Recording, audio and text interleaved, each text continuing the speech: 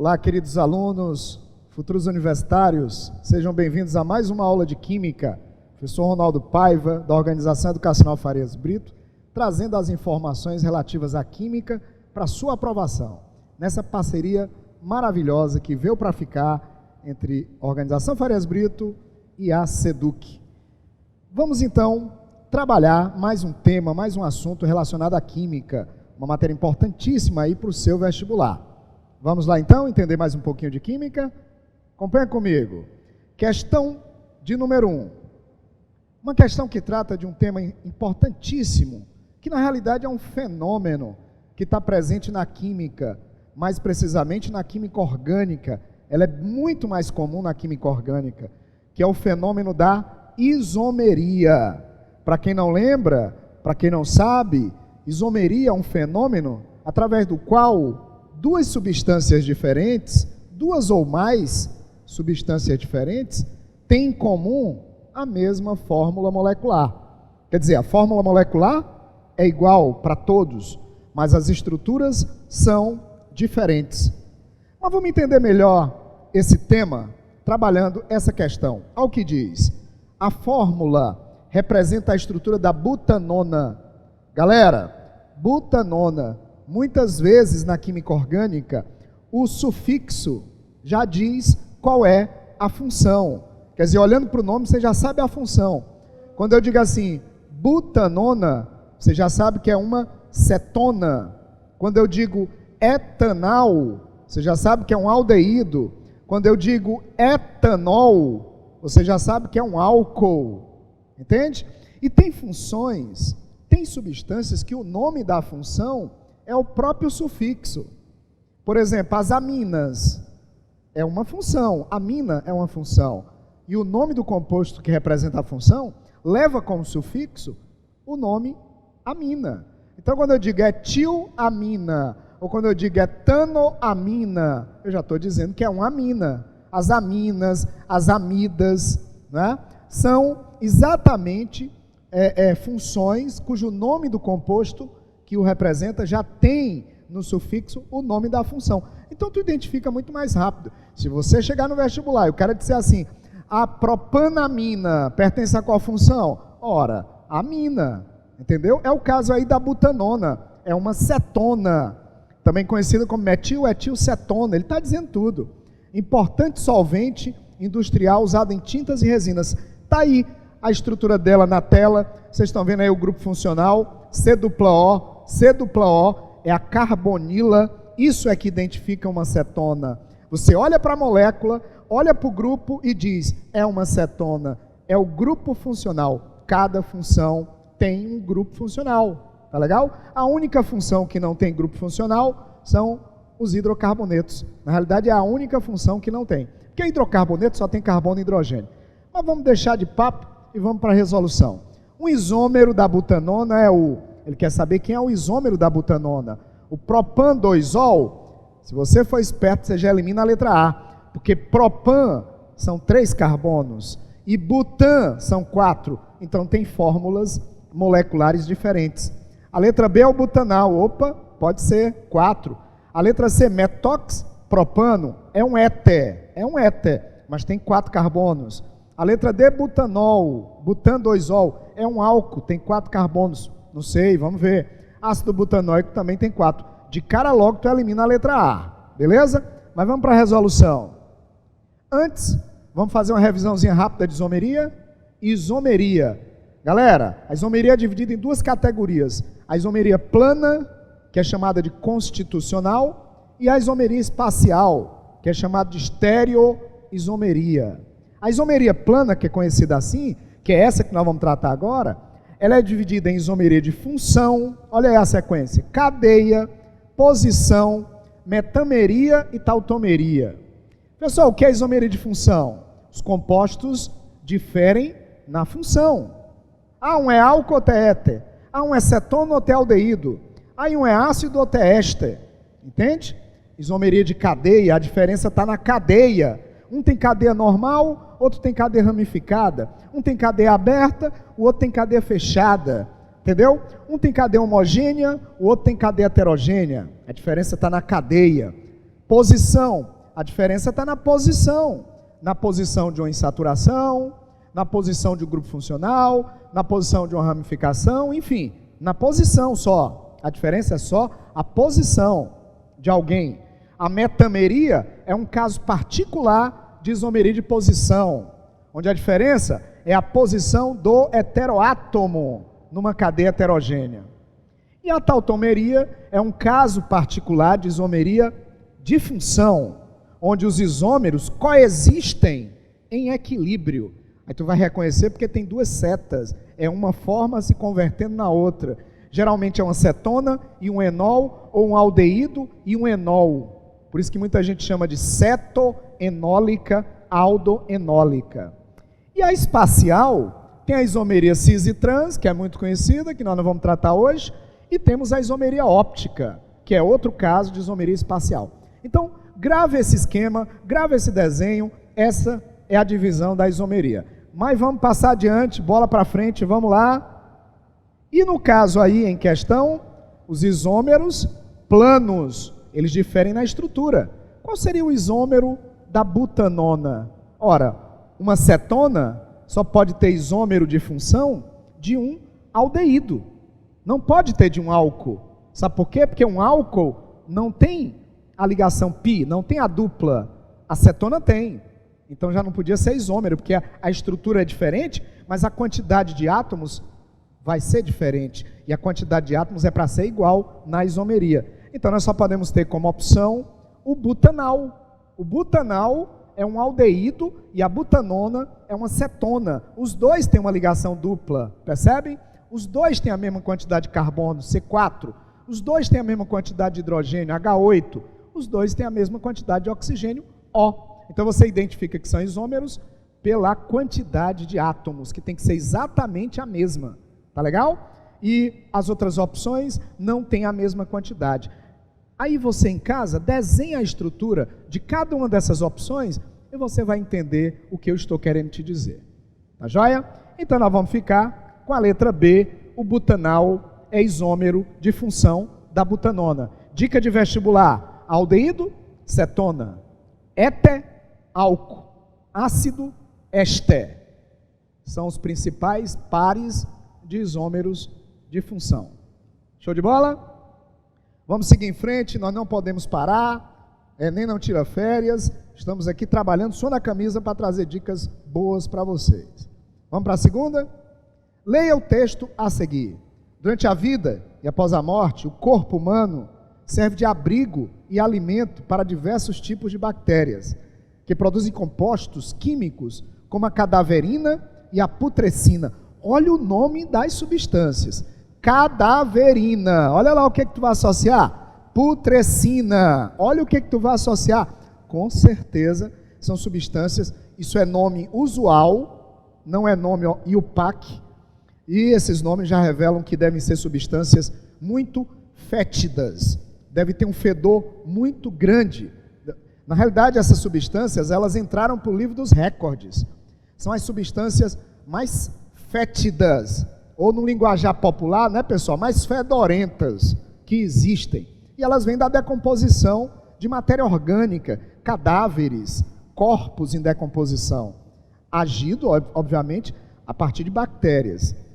Essas moléculas se formam na decomposição de proteínas, sendo responsáveis em parte pelo cheiro dos fluidos, cheiro entre aspas, né, o odor, corporais nos organismos vivos, que também estão associadas ao mau odor característico dos cadáveres no processo de putrefação.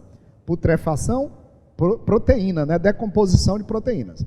As fórmulas estruturais da cadaverina e da putrescina são apresentadas a seguir. Olha aí a estrutura, o que é que elas são? Olha aí a cadaverina e a putrescina, as duas são aminas. Você identifica o grupo funcional logo aí, ó, aminas. A diferença é que uma tem 1, 2, 3, 4, 5 carbonos, a outra tem 4 carbonos. Sinceramente falando, elas são diaminas, porque tem 2 aminas, 2 grupos amina, né, em cada molécula. A diferença também entre elas é só um carbono. Com base nos conhecimentos sobre funções orgânicas e as propriedades desses compostos orgânicos, assinale a alternativa que você acha que está corretamente associada a essas moléculas. Será que elas apresentam caráter ácido? Será que elas têm um grupo funcional amida? Essa daí tu já elimina, não é não? Porque elas não são amida, elas são aminas. Aminas é diferente de amidas. Possuem cadeia carbônica heterogênea? Vamos ver. Pertence à classe das aminas primárias? Classificam-se como apolares. Vamos julgar cada item desse? Bora lá? Olha aí. Estou aí desenhando novamente, aparecendo na tela novamente, as moléculas da cadaverina e da putrescina. Note que tem uma seta gigante aí, ó, apontado para os grupos funcionais, que são iguais. Esse grupo NH2, ligado a um carbono, revela que é uma amina, e uma amina primária. Porque se o nitrogênio tivesse ligado a 2 carbonos, seria uma amina secundária. Se tivesse ligado a 3 carbonos, galera, futuros universitários, aí seria uma amina terciária. Mas aí, pelo jeito, elas estão nas pontas, ligadas só a um carbono, são aminas primárias. Mas será que elas têm caráter ácido? Não. As aminas são conhecidas por terem caráter básico. Pessoal, mas o que quer dizer isso? É que elas são neutralizadas por ácidos. Lembra daquela questão do peixe? Ah, o odor de peixe. O que causa o odor de peixe? Aquele odor desagradável. São aminas, são proteínas, aminoácidos que se decompõem e geram aminas livres, que têm odor. Galera, geralmente quem tem odor na química orgânica são compostos nitrogenados e compostos sulfurados. É o caso aí das aminas que são nitrogenadas. Então elas têm caráter básico. Lá no peixe, se você quiser neutralizar o odor de peixe, o que é que você faz? Joga limão, joga vinagre, que aí eles vão neutralizar o caráter básico das aminas. Não esqueça, uma dica bacana para vocês que vão fazer vestibular. Professor, quem é que tem caráter ácido na química orgânica? Os ácidos carboxílicos. Os fenóis têm caráter ácido. Agora, quem tem caráter básico? As aminas. Pronto. Dica legal para ficar mais fácil de você associar. Letra B está incorreta, sabe por quê?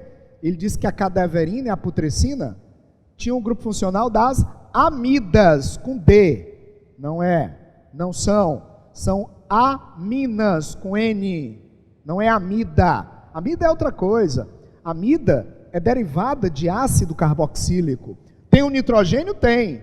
Mas não está ligado só ao carbono. Está ligado a um C-O, a uma carbonila. Aí seria uma amida. Não é o caso aí. Aí são aminas, com N de navio. Beleza? Vamos lá. Letra C, incorreto. Porque ele disse que a cadeia é heterogênea. Não, cadê o heteroátomo? Cadê o heteroátomo entre carbonos? Olha o desenho aí da cadaverina e da putrescina destacado. Você está vendo algum heteroátomo? Algum átomo diferente do carbono e do hidrogênio? Você está vendo algum heteroátomo entre carbonos? Você está vendo isso? Não. Você tem um heteroátomo, tem um nitrogênio, mas na ponta. Não está no meio, entre carbonos. Então essas cadeias são homogêneas. E ele diz que elas são heterogêneas. Por isso que está errada a letra C. Se liga aí, galera. Pessoal que vai fazer vestibular, pessoal que vai fazer Enem, preste atenção que esses detalhes são importantes para a sua aprovação. Vamos lá. Letra D está correta, sabe por quê?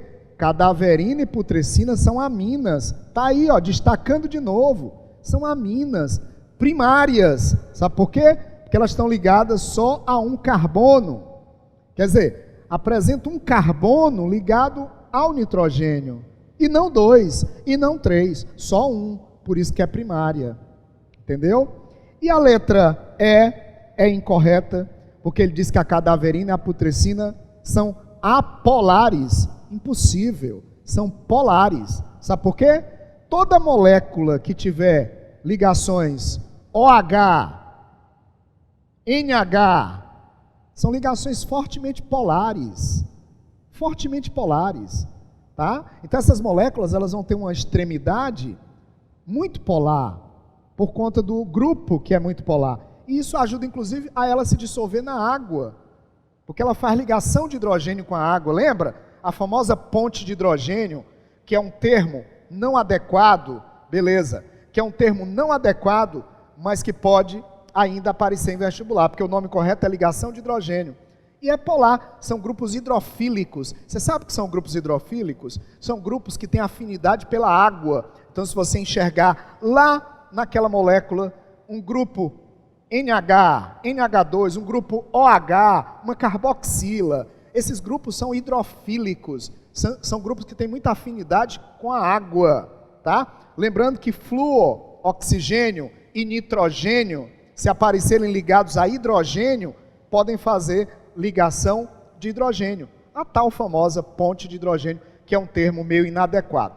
Mas vamos continuar. Opção, letra D de dado, é a nossa opção correta. Vamos para a terceira e última questão. Em um experimento, colocou-se água até a metade da capacidade de um frasco de vidro. E em seguida, adicionaram-se 3 gotas de fenolftaleína. Fenolftaleína é um indicador, ácido base. Adicionou-se bicarbonato de sódio. E aí, galera? Bicarbonato de sódio é antiácido, logo ele tem características alcalinas, características básicas. Dentro do frasco, acendeu-se um palito de fósforo. Olha lá, o cara bota bicarbonato de sódio na água, já sei que o caráter ali é básico, aí o cara vai acender um palito de fósforo. A fenolftaleína, naquele momento lá dentro do frasco, ela está rosa, cor de rosa. Sabe por quê? Porque a fenolftaleína em meio básico tem essa cor, em meio ácido ela é incolor. Entendeu? Mas se eu botar o bicarbonato com água, ela vai ficar rosa, cor de rosa. Aí quando eu acendo o palito, o que é que ele diz? Quando a cabeça acaba de apagar, né? Que acabou de queimar totalmente, o frasco foi tampado. Em seguida agitou-se e observou-se o desaparecimento da cor rosa. A explicação para esse desaparecimento da cor é que com a combustão do palito ocorreu o quê? Formação de óxidos ácidos. B, evaporação da fenolftaleína. C, vaporização de parte da água. D, vaporização dos gases de caráter alcalino. E, aumentando o pH da solução no interior do frasco. Galera, vamos entender essa questão aí, embora? Queimar um palito de fósforo, meu amigo, queimar um palito de fósforo, entenda, apesar do nome ser caixa de fósforo, palito de fósforo, o fósforo está na caixa, está do lado de fora da caixa. É ali que está o fósforo, viu? Não é na cabeça, não. Por isso que o palito está dentro da caixa, jamais ele vai pegar fogo, porque ele precisaria ser atritado com a caixa para detonar o fósforo, que está na caixa e não no palito. Mas quando o palito queima, cara, gera uma quantidade de gases enorme. Gera CO2, gera SO2, gera SO3, sabe? Gera diversos óxidos. E adivinha todos eles? Óxido de fósforo, todos eles, ó, CO2, SO2, P4O10, todos têm caráter ácido. Então o que é que eles vão fazer? Eles vão neutralizar, assim que eles forem formados ali dentro do frasco, eles vão reagir com o bicarbonato, que é básico, neutraliza e acidifica o meio, né? Porque eles estão em excesso. E aí a fenolftaleína vai mudar de cor, porque a fenolftaleína ela tem cor rosa em meio básico, lá com bicarbonato. Mas quando eu colocar o palito de fósforo aceso, os gases vão neutralizar o bicarbonato e vão tornar a solução incolor. Então a resposta qual é? Letra A. Os gases produzidos na combustão do palito são ácidos e vão neutralizar o bicarbonato, mudando a cor da fenolftaleína para incolor. Que a fenolftaleína ela é incolor em meio ácido e em meio neutro, mas ela é rosa, cor de rosa em meio básico. Entendido assim? Lembra dessa questão? Lembra desse indicador que é muito importante. Olha para mim aqui, galera, para a gente encerrar. Olha para mim agora. Desejo a vocês muito sucesso. Espero que vocês leiam mais sobre o assunto, treinem mais e a parceria vai ficar para sempre. Grande abraço para vocês, sucesso e até a próxima. Tchau.